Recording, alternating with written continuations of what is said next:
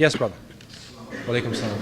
You talked about the Mulazima system, where people would be attached to a certain shape, learn from them, live with them. I'm just wondering if this would cause, what we know of certain cases where people sort of look towards the shape for all of their knowledge, and if anything, they say, well, my shape said this, my shape said that. I'm just wondering if this system is not going back to, that sort of way where people get attached. They sort of lose focus on where they should be gaining their guidance from, such as Quran and Sunnah, and take off the guidance from a certain shape. Okay, this is a very good question. What the question is, the brother is asking about the Mulazima system.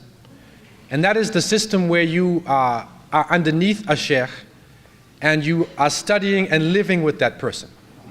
And the question is concerning, some people are into their sheikh so much that they almost worship the sheikh. And his words become like Quran and Sunnah.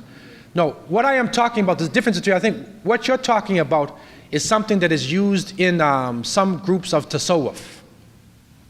That is where you take on the sheikh as like a murshid or a guide in your life, right? As a total guide. What I'm talking about is an educational system. It's an educational system. This is the traditional Islamic educational system that has been practiced over 1,000 years in the Muslim world.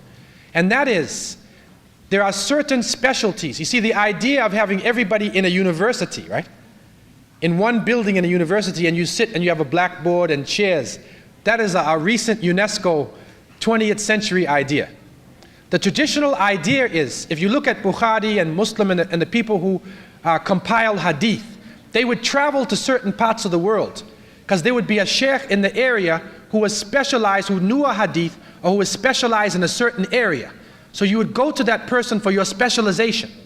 And from the time of the Prophet ﷺ, there were certain people who were specialists. There were people in tafsir, there were people in Quran, there were people in halal and haram, in general fiqh, jurisprudence. And the Prophet ﷺ, showed the ummah that these people are like fuqaha, like Ali ibn Abi Talib was faqih. Okay? Zayd ibn Thabit, if you want your Quran, you go to Zayd. Okay? So this is a system that developed out of that. And what it means is, there is a certain scholar who knows the study of, for instance, nahu, grammar. So you will go to that person and you study with that person until you complete the text. But you're also living with the person. Okay? When you're finished, if you are successful and you can teach, he gives you what is called ijazah. He gives you ijazah. And then you go to another sheikh in another area. Sometimes you get a sheikh that has 5 or 6 abilities at once. That's where you get the words like Shaykh al-Islam, and you get terminologies like this. But when you go back and look at the great scholars of Islam, in the books that you're reading, whether it's Ibn Taymiyyah, Ibn Kathir, Al-Ghazali, whoever it is, you'll see that they say in their biography, he took his hadith from that person. He took his tafsir from that person. He took his nahu from this person. This is the traditional Islamic system of learning. Okay, that's a little bit different than I think what you're talking about. You're talking about a murshid system used in some of the tariqas, the Sufi tariqas. That's a little bit different because it goes into a different relationship.